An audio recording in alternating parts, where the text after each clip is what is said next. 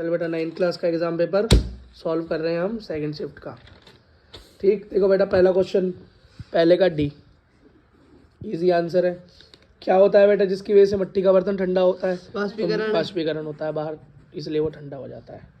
ठीक है, गैस की बेटा नॉर्मल कंडीशंस क्या होती हैं? जब वो कंप्रेस होता है तो बहुत ज़्यादा दबाव और उतना ही उसमें गर्मी होती है। टिंडल प्रभाव बेटा नमक के पानी में नहीं दिखाई देता, हम करवा के भेज चुके हैं, क्योंकि नमक के पानी में इसलिए दिखाई देता है नमक बहुत हल्का होता है, तो तुम टॉर्च मार के भी उसके कण को नहीं देख सकते।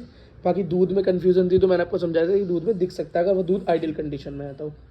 फॉस्फोरस का बेटा अणु होते हैं P4, मतलब 4 अणु होते हैं, मतलब डी आंसर है इसका, इसका भी डी हो गया। ठीक है, पोटेशियम सल्फेट का बेटा पोटेशियम मतलब के, सल्फेट मतलब K2SO4, 4 मॉलिक्यूल्स 2 मॉलिक्यूल्स के साथ ही जोड़ सकते हैं, तो इसका सी हो गया। अगला बेटा मैंने तुमको पहले ही बता के भेजा था, फर्स्ट शिफ्ट में और सेकंड शिफ्ट का क्वेश्चन आंसर एकदम मैच हो गया है। सोडियम और मैग्नीशियम में प्रोटोनों की संख्या पूछ रखी है, तो बेटा प्रोटोन की संख्या इलेक्ट्रॉन की संख्या के बराबर ही होती है, कुछ अलग नहीं होती, तो इसका आंसर बेटा 11 और 12 एक साथ हो गया। क्या हो गया? 11 और 12। देखो ये पहला गलत है, 11 11, 12 12, 12 11 गलत है, 11 12 सही है, सी। ठीक है, प्रोटॉन और न्यूट्रॉन वाले परमाणु की संख्या बेटा न्यूट्रॉन से तो कोई लेना देना होता ही नहीं है, K-Lmn भरना होता है प्रोटॉन, और जितना प्रोटॉन उतना ही इलेक्ट्रॉन, जितना प्रोटॉन उतना ही इलेक्ट्रॉन, इसका मतलब 3 इलेक्ट्रॉन K-L-M-N में भरेंगे तो 2 और 1, तो जो लास्ट में जो होता है वही संयोजकता होती है, इसका मतलब इसका आंसर हो गया बी। अगला देखो, मैंने तुमको पहले बताया था कि डीएनए जो होता है एक तो न्यूक्लियस में मिलता है और दूसरा सेल के पावर हाउस, मतलब माइटोकॉन्ड्रिया, बी। अगला देखो बेटा नीचे, और नीचे करो कैमरे को। हृदय की पेशी कैसी होती है? कार्डिक पेशी होती है, सबको पता है। ठीक है, तो इसका बी हो गया। कौन सा सादिश राशि है? सादिश राशि का मतलब बेटा सीधी सी बात है, इसके अंदर देखो दिखी क्या रहा है, चाल, दूरी, औसत चाल, ये तो कुछ हो ही नहीं सकता, तीनों में से लगाना है। विस्थापन के बारे में मैंने तुमको बताया था कि चाल और दूरी से विस्थापन ही अलग है। क्यों? विस्थापन ही एंड में जीरो हो जाता है, विस्थापन ही जीरो हो जाता है। इसका मतलब दूरी तो खाली कैसी है, सिर्फ डिस्टेंस पे डिपेंड करती है, इसका डायरेक्शन से कोई लेना देना है। लेकिन अगर विस्थापन उल्टा वापस आ जाए, ए से बी और बी से ए आ जाए, तो वो जीरो हो जाता है झट से। ये इसका आंसर सी है। ठीक, अच्छा अब ये कह रहा है कि अगर कोई वृत्त में गति कर रही है, गोल घूम रही है, तो उसकी गति कैसी होगी बेटा? वृत्तीय गति तो होगी। एंड में एक छोटा सा टॉपिक है तुम्हारे 9th क्लास के चैप्टर में, गति में बिल्कुल इतना सा टॉपिक है, उसमें एक बच्चा लट्टू घुमाते हुए है, सिर्फ उसके अंदर है बस, और कुछ नहीं है। खत्म हो गया, इसका डी आंसर हुआ। ठीक है, अच्छा ये बोल रहा है 2 टीमें रस्सी खींच रही है, इसका एग्जाम्पल बताया था मैंने, खींच ही नहीं रहा कुछ भी, क्या दोनों ने बिल्कुल बराबर बराबर हुए पड़े, तो बोला संतुलित बल, दोनों तरफ से समान बल लगना, कोई चीज़ हिलेगी नहीं कहीं पे भी। ठीक है, संवेग, संवेग का ऐसा ही मात्रक, मैंने सारे ऐसा ही मात्रक तुम्हें याद कराए थे। अगर तुम्हें इसका याद भी नहीं होता तो किस किस का याद है, उससे ही सॉल्व हो जाता। बेटा क्वेश्चन पेपर पे फोकस करो, तुम बुढ़े हो गए अभी से। न्यूटन क्या होता है? फोर्स, बल होता है। किलोग्राम वजन होता है। जूल क्या होता है? एनर्जी। तो बचा क्या? किलोग्राम मीटर सेकंड, यही होता है। ए हो गया इसका आंसर। तो कितना आसान क्वेश्चन आया। धरती पे मास ये, तो चांद पे 1/6 मतलब m/6, इसका आंसर ए हो गया। इसमें तो कोई रॉकेट साइंस है ही नहीं है, तो सीधे सीधे क्वेश्चन है। और एक भी क्वेश्चन ऐसा नहीं जो हमने यहाँ करवाया नहीं है। काइनेटिक एनर्जी के फॉर्मूले के अंदर बेटा सिर्फ टर्म्स को वो कर दिया है इन्होंने, डिफरेंस कर दिया है। संवेग की जगह पी ले लिया है, तो काइनेटिक एनर्जी में सॉल्व करेंगे तो अपने आप के बराबर p² m आएगा। वैसे इसका आंसर 2m आना चाहिए था, पर ये वाला आंसर करेक्ट इसका सी। ठीक, अगला देखो, यह बोल रहा है अगर चाल दुगनी हो जाए तो गतिज ऊर्जा क्या होगी? तो भाई गतिज ऊर्जा होती है 1/2 mgh या 1/2 mv², I am sorry 1/2 mv²। ये बेटा 2 हो गई, 2 गुना हो गई, तो v का स्क्वायर, 2 का स्क्वायर क्या होता है 4, तो 4 गुना हो गई। इसका आंसर है बी, बी इसका करेक्ट आंसर है। सॉल्व हो गया बेटा, इसमें दिखाओ, दिखाई देगा तभी तो पढ़ेंगे बच्चे। अगला देखो, क्या कह रहा है? द्रव्यमान नहीं बन सकता है ना, नष्ट हो सकता है, बदल सकता है, बिल्कुल सही बात। परमाणु का द्रव्यमान mg में गिनते हैं? कभी भी नहीं गिनते। परमाणु का द्रव्यमान तो AMU में गिनते हैं भाई, परमाणु द्रव्यमान की यूनिट में गिनते हैं, एटॉमिक मास यूनिट में। पौधों का लचीलापन कैलन काइमा से होता है? बिल्कुल भी नहीं होता जी, कैलन काइमा से होता है। कठोरता प्रदान करता है, ये बात सही है। संतुलित बल हो तो परिवर्तन नहीं होगा, बिल्कुल भाई। अगर दोनों तरफ से बराबर वजन लगा, इधर भी खींच रहा हूँ इधर भी बराबर जान से खींच रहा हूँ, सीधा खड़ा रहेगा, बिल्कुल भी नहीं हिलेगा। संतुलित बल कैसा होता है? असमान और दिशा में विपरीत। तो दिशा में विपरीत तो होता है अलग अलग, लेकिन असमान नहीं होता, बिल्कुल समान होता है। तो पहला क्या है? सही, दूसरा गलत। अच्छी फसल के लिए फसल की वृद्धि में चारों ओर खरपतवार मतलब बेकार के पौधों को हटा देना चाहिए, बिल्कुल जी हटा देना चाहिए। क्या जयंती में खरपतवार, बिल्कुल सही, दोनों सही है इसके अंदर। ठीक है, खत्म हो गई है। अब क्वेश्चन देखो भाई, ये कह रहा है इसके अंदर से कौन सा भौतिक है और कौन सा रासायनिक है, विच इज केमिकल एंड कौन सा इसके अंदर फिजिकल है। तो भैया मैग्नीशियम का जलना तो केमिकल है, बर्फ का पिघलना फिजिकल, वो दिखाई दे रहा फिजिकल चेंज हो रहा है। प्लाज्मा झिल्ली को विनात्मक परागण झिल्ली क्यों कहते हैं, इसका मतलब Y plasma membrane selective Parmel में, क्योंकि ये बेटा उन्हीं कुछ ही चीज़ों को अंदर आने देती है और कुछ ही चीज़ों को बाहर जाने देती है, चुनिंदा चीज़ों को। जैसे कि कोशिका के अंदर ऑक्सीजन को आने देगी, कार्बन डाइऑक्साइड को बाहर जाने देगी, गंदगी को बाहर जाने देगी, ठीक है, प्रोटीन को बनाने के बाद बाहर जाने देगी। लेकिन कुछ ऐसी चीज़ें जिनको वो बाहर नहीं जाने देगी, जैसे डीएनए, कोशिका का द्रव, ये सारी चीज़ें बाहर निकल गई तो क्या कोशिका मर जाएगी। 10 बार बताया, जितनी बार ये टॉपिक आया उतनी बार बताया मैंने तुम्हें। ठीक, अगला देखो, लाइसोसोम को बेटा आत्मघाती थैली क्यों कहते हैं। Why lysosome is called suicidal bag, क्योंकि लाइसोसोम बेटा जब भर जाता है गंदगी से फट जाता है, सेल मर जाती है। ये क्वेश्चन किसको दिया था, तुम्हें टेस्ट में दिया था ना। फिर अगला देखो, blood is a connective tissue, किसको दिया था मैंने, रक्त एक संयोजी उत्तक है। क्यों है बेटा एक संयोजी उत्तक, क्योंकि इसके अंदर WBC है, RBC है, प्लेटलेट्स है, कई सारी चीजें मिलकर एक उत्तक बनाती हैं। तो इसके अंदर वो सारे एग्जाम्पल है, मैंने आपको बताया था। असंतुलित बल क्या है भाई, संतुलित बल का मतलब जब जान लगे और वो बिल्कुल ना हिले। मान लो ये कॉपी है, इसमें मैं दोनों तरफ बराबर वजन लगा रहा हूँ, कहीं नहीं हिलेगी। लेकिन इस तरफ का वजन अगर मैं ज्यादा लगाऊं तो उस तरफ को खिंच जाएगी, इस तरफ एक तरफ वजन ज्यादा हो जाए तो असंतुलित बल होता है। इसकी वजह से क्या होता है बेटा, चीज में वेलोसिटी आती है, एक्सेलरेशन आती है। अगला देखो, ध्वनि की तरंगों के बारे में क्या बताया था मैंने तुमको, ये बताया था ना। ये देखो कि ध्वनि की तरंग अगर नॉर्मल होती है तो इस तरह से चलती है, लाउड होती है तो इस तरीके से चलती है। यही तो 3-4 चित्र थे। तो इसके अंदर ये क्या बता रहा है बेटा, ये क्या बता रहा है, ये बता रहा है बेटा प्रबलता, एम्पलीट्यूड।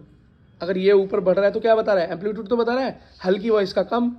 और फ्रिक्वेंसी क्या होती है, त्वरित। फ्रिक्वेंसी का मतलब होता है ये कितनी बार आ रहे हैं, ये जो तुम्हें दिखाई दे रहा है कितनी बार आ रहा है। ये बताई हुई चीज़ है, बिल्कुल आसान सा क्वेश्चन तुमसे पूछा गया। ठीक है, अगला क्वेश्चन देखो, ये क्वेश्चन भी बहुत ज़्यादा आसान है। इसके अंदर क्या बोल रहा है, इस चैप्टर में है ही 2 क्वेश्चन और वो दोनों के दोनों क्वेश्चन पूछ रखे हैं। इसके अंदर जो दोनों क्वेश्चन हमने एग्जांपल में सॉल्व किए थे, दोनों ही क्वेश्चन पूछ लिए उन्होंने। इसने बोला है कि भैया बादल में बिजली कड़की, क्या कड़की, बादल में बिजली कड़की। तुमने पहले सुनी और उसके बाद तुमने लाइट देखी, क्योंकि बेटा साउंड की स्पीड तेज होती है। हाँ, या साउंड की स्पीड स्लो होती है, बताओ। तेज होती है। पहले रोशनी पहुंचती है या पहले आवाज पहुंचती है, आवाज। बेटा पहले रोशनी पहुंचती है। तुमने देखा जब रॉकेट ऊपर जाता है तो रॉकेट फट जाता है, अब तुमको रोशनी दिखाई देती है, आवाज बाद में आती है उसकी, क्योंकि हाँ, क्योंकि रोशनी की स्पीड बेटा तेज होती है और आवाज की स्पीड कम होती है, तो दोनों में अंतर होता है स्पीड का। तो उसने बोला कि भैया मैंने 5 सेकंड में आवाज सुनी। वेलोसिटी, लाइट की वेलोसिटी कितनी थी, इतनी दे रखी है, पहले ही होती है वैसे 345, पर ये 340 दे रखी है। तो इसने क्या बोला, बताओ भैया कितनी दूर वो फटा होगा। तो भैया ये तो बहुत आसान सा फॉर्मूला है यार। देखो क्या होता है, बताओ, वेलोसिटी का बराबर होता है डिस्टेंस बटे में टाइम। क्या होता है, दूरी बटा समय ही तो होता है फॉर्मूला। मैंने लिखा है ठीक, दूरी बटा समय बोल रखा है बेटा। इसके अंदर क्या दे रखा है, स्पीड दे रखी है और क्या दे रखा है तुम्हें, टाइम दे रखा है, डिस्टेंस पूछ रहा है। तो b बराबर v गुना t हो जाएगा, t उधर जाके गुना हो जाएगा। तो d बराबर 1 v, गति दे रखी है 340 और बेटा समय दे रखा है 5 सेकंड। कितना, 5 सेकंड गुणा कर दो, 1700 आंसर आ गया, 1700 मीटर सेकंड भाई, खत्म। 1700 मीटर, सॉरी, खत्म, यही आंसर है बस। ठीक है, वैसे जिसने ऊपर वाला कर दिया होगा तो बात खत्म। जेनेटिकली मॉडिफाइड क्रॉप क्या है भैया, अनुवांशिक रूप से फलित फसलें। मैंने बताया था बेटा कि कुछ ऐसी फसलें, बेटा ठीक से वीडियो बनाया, इसमें पेपर दिखा, क्या बेडशीट दिखा रहा। इसके अंदर बेटा मैंने क्या बताया था कि कुछ ऐसी फसलें होती हैं जिन फसलों के अंदर ना तो केमिकल की जरूरत पड़े, ना ज्यादा खाद लगाने की जरूरत पड़े, कम पानी के अंदर बढ़िया फसल हो जाए, ना कीड़े वीड़े से दिक्कत हो। ठीक है, समझ गए। अगला देखो, वाष्पीकरण किसे कहते हैं।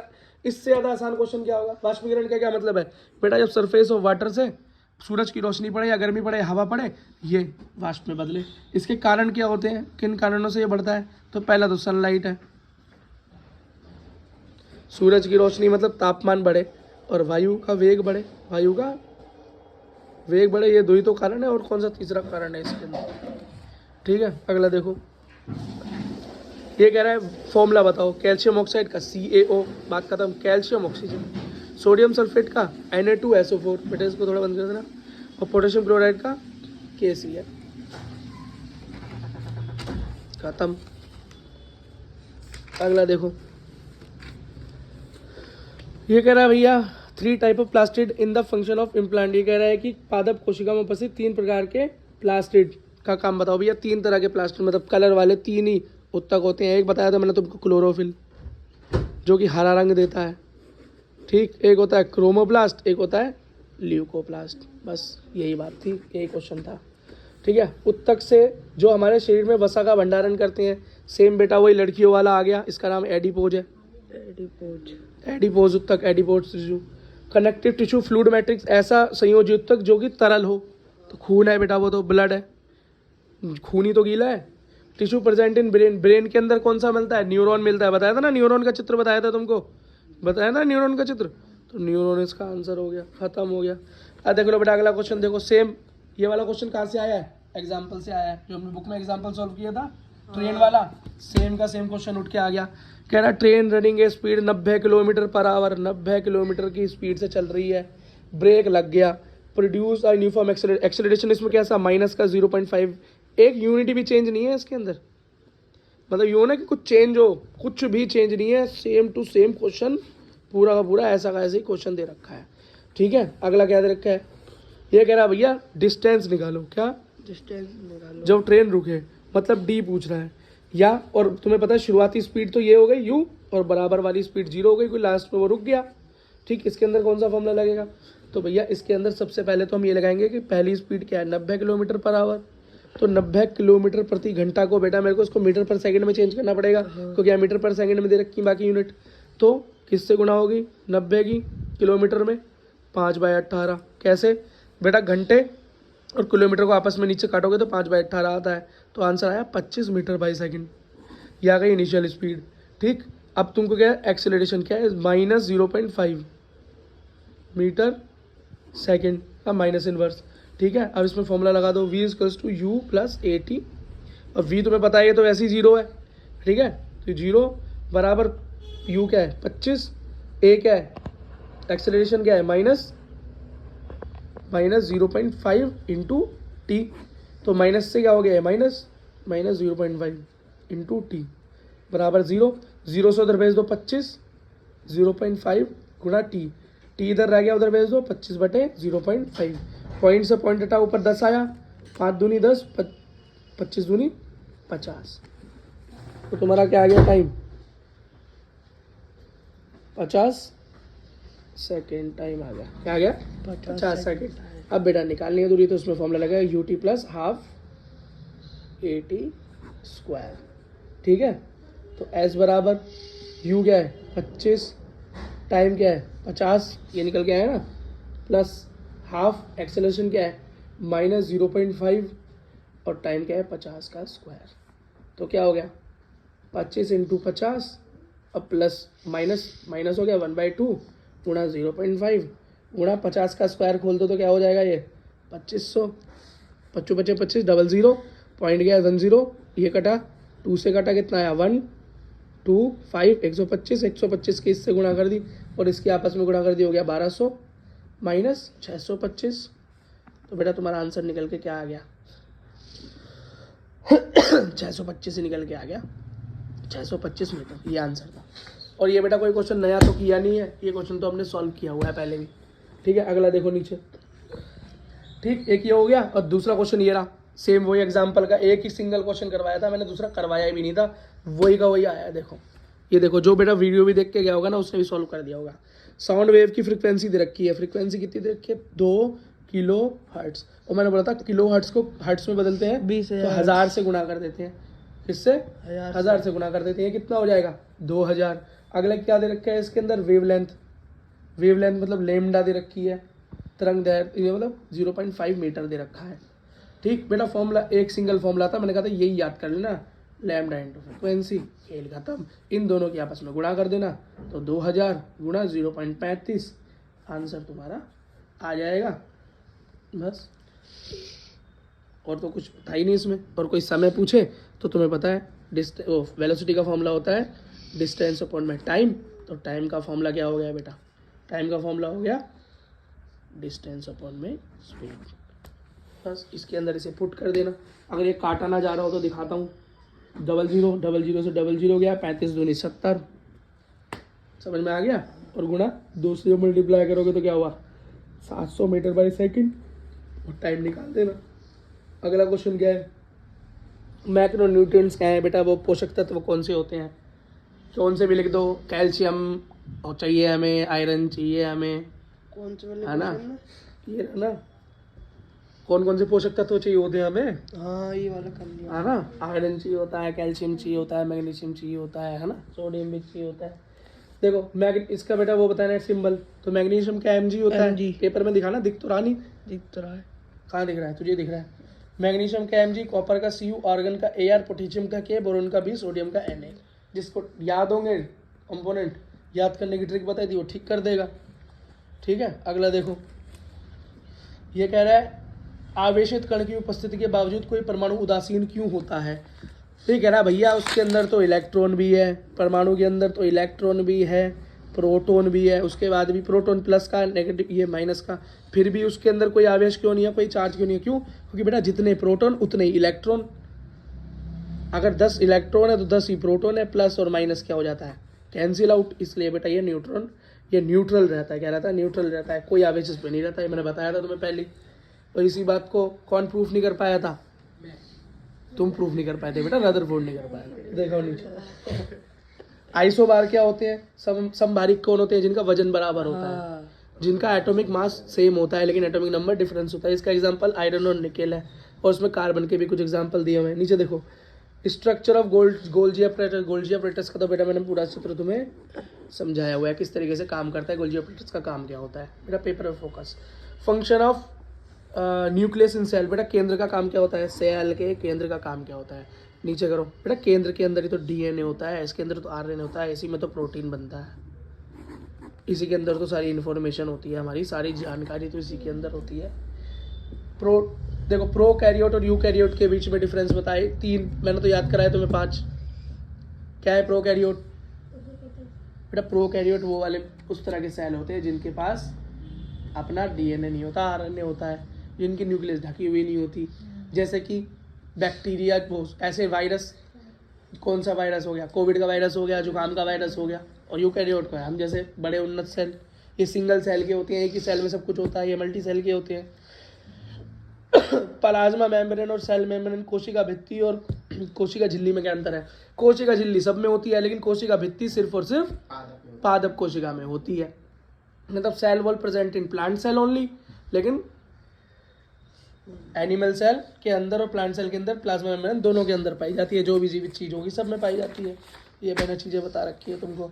अगला भाई, न्यूटन का गुरुत्वाकर्षण का नियम क्या है। न्यूटन कहता है भैया, अगर दो बॉडी आपस में है, एक का मास बड़ा है एक का छोटा है, दोनों के बीच की दूरी d है, तो दोनों के बीच में लगने वाला फोर्स G = बड़ा m इंटू छोटा m अपॉन में उनके बीच का स्क्वायर। ये लिखना था बेटा, गुरुत्वाकर्षण का नियम यही है। क्यों जरूरी है गुरुत्वाकर्षण? भैया गुरुत्वाकर्षण नहीं होगा तो इस धरती के ऊपर वायुमंडल नहीं होगा, हम जीवित नहीं रह पाएंगे।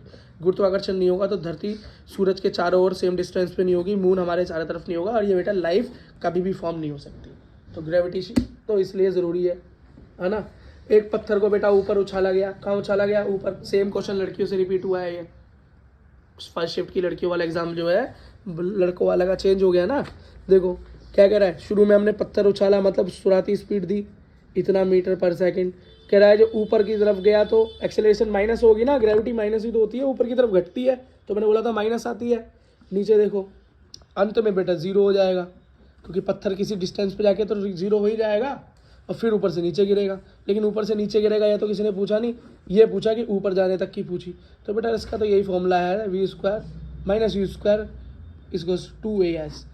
माइनस को उधर जाते प्लस हो गया, और एक ही जगह पे यहाँ पे g लगेगा। क्यों? एक्सेलरेशन ड्यू टू ग्रेविटी के अंदर बेटा एक्सेलरेशन g के बराबर होता है। ये बात मैंने तुम्हें बताई थी।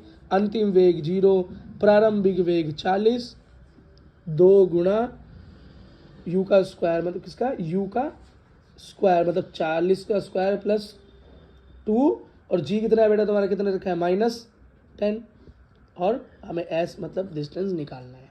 तो 40 मतलब 1600, 4 चौक 16, 00 ऐसे लिख सकते हो, और ये माइनस हो गया, इसे क्या ले सकते हो? 20, ठीक है।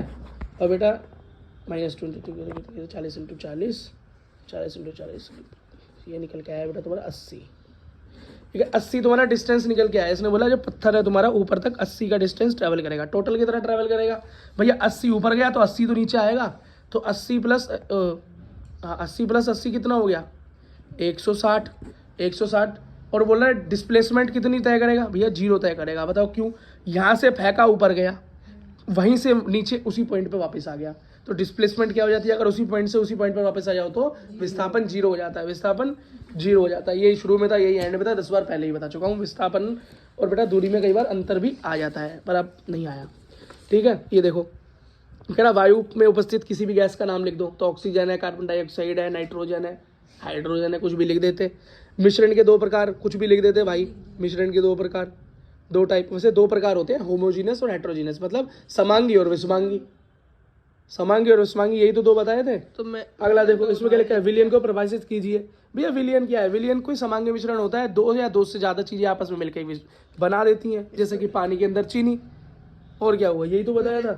निलंबन क्या होता है भैया, निलंबन तो ऐसा मिक्सचर होता है जिसके अंदर कण तुम्हें बिल्कुल साफ साफ नजर आते हैं, जैसे कि पानी में धूल मिला दो, क्या पानी में धूल मिला दो, पानी में चौक मिला दो, साफ साफ दिखाई देती है। जटिल उत्तक के 2 ही प्रकार बताए थे, जाइलम और फ्लोएम, वही का वही आ गया।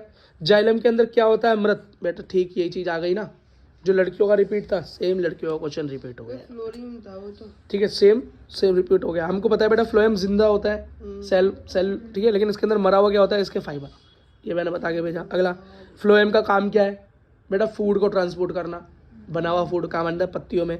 और वास्कुलर टिश्यू क्या है, वास्कुलर टिश्यू या जाइलम के विभिन्न समवहक उत्तक कौन है, जो संवहन का काम करते हैं, जो सामान को लाने ले आने का, 2 ही है, जाइलम और फ्लोएम, खत्म, यही काम करते हैं, एक पानी का और एक खाने का। अगला देखो क्या है, ऊर्जा का संरक्षण का नियम क्या कहता है बेटा, किसी का भी संरक्षण का नियम यही तो कहता है कि ना तो ऊर्जा बनाई जा सकती है और ना ही ऊर्जा खत्म की जा सकती है, तो परिवर्तित हो सकती है सिर्फ। अगला, लोलक का मतलब क्या होता है बेटा, पेंडुलम। कोई चीज़ अगर थ्रू एंड फ्रो चल रही है, क्या होगा इसके अंदर क्या होगा, ऊर्जा कभी खत्म नहीं होगी बेटा, बराबर रहती है, इसकी ऊर्जा कभी खत्म नहीं होती। यहाँ जाती है, फिर बराबर, फिर नीचे आ गई, फिर बराबर, फिर नीचे आ गई। किसी वस्तु की गतिज ऊर्जा का सूत्र क्या है, काइनेटिक एनर्जी का फॉर्मूला बताया था, 1/2 mv² होता है।